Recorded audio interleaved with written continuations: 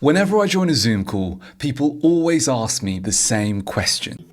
Are you AI? Apparently, my webcam looks too good to be real, but I promise you, this is not computer generated. 6 years ago, Google hired me to run workshops that were supposed to happen in person. Then COVID hit and everything moved online. At the time, online workshops were really painful. Death by PowerPoint, cameras off, everyone waiting for it to be over. So I asked myself a strange question. What if Zoom felt like Netflix? Since then, I've spent hundreds of hours refining the experience and trained thousands of people how to run workshops online. And I discovered that if you want to make Zoom feel more like Netflix, you need to solve 3 problems. Every few seconds, the people in your workshop are making a decision. Should I keep listening or should I just check my email? And online, their inbox is always just one click away. That's why I invested in my camera, in my microphone, in my lighting, in my whole set and my background. This camera is a Sony FX3, and FX3s are actually Netflix approved cinema cameras, so you really are watching me on a Netflix camera right now. But this thing right here might be the most important part of the setup. Using a teleprompter like this means that I can look directly at you, which makes it feel much more like an actual conversation. I can also change angles live, so when I need to explain a framework, I can just step over here and work through it visually in the same way that I would if we were in the same room together. I'm recording this video in 4K, and Zoom compresses the picture during a real call. So here is exactly what participants actually see. Still pretty good, right?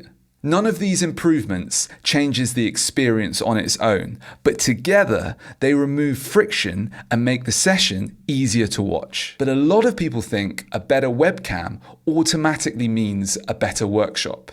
It doesn't. You can spend $30,000 on equipment and still run a really boring workshop, trust me. Looking good only solves the first problem. Now, I should be clear about what I mean about Netflix. I don't mean Netflix in the sit back and watch sense. Nobody should be watching a workshop. I mean the part where you actually want to press play. Most online workshops are really online presentations. One person talks for 3 hours while everybody else listens. Alex Osterwalder, the inventor of the business model canvas, calls this blah, blah, blah, blah. And when you pack every slide full of information, it becomes what he calls cognitive murder, overloading people's brains until they switch off. People learn by doing. When they discuss ideas, make decisions, and build things together, it sticks. When they just sit and listen, they forget most of it. That's why my workshops are built around frameworks. When I worked with Alex, he taught me that the best ones are always simple, visual, and make it easier for teams to collaborate together. If you've never heard of a canvas before, it's just a single page template that a team can fill out sticky note by sticky note. Instead of talking vaguely about customers or business strategy, the team lays out all of its assumptions, discusses them, and decides what to do next. And they leave with something useful that continues to guide their work afterwards. That's the difference between watching a workshop and actually being part of one.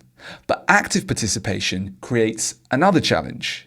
Once people have got something useful to do, the technology must make collaboration easier, not become another thing that they have to learn.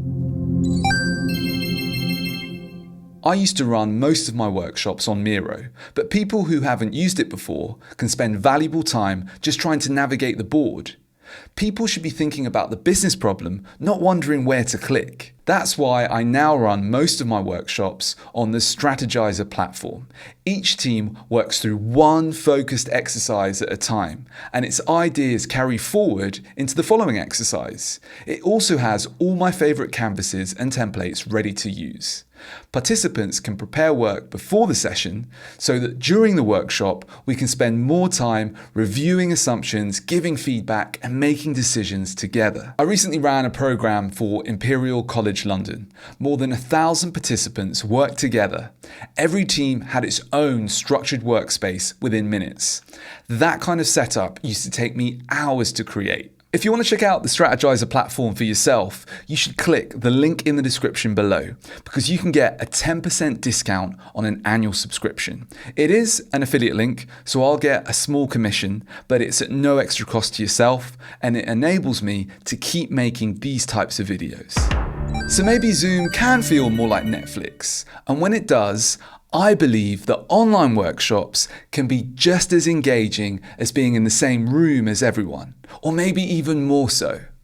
But there's one thing I haven't shown you, how I actually plan and run these workshops inside the Strategyzer platform step by step. And that's exactly what I cover in this video. So you should watch that next. And if it's not there, you should subscribe because it will be there soon. I look forward to seeing you in the next one. See you later.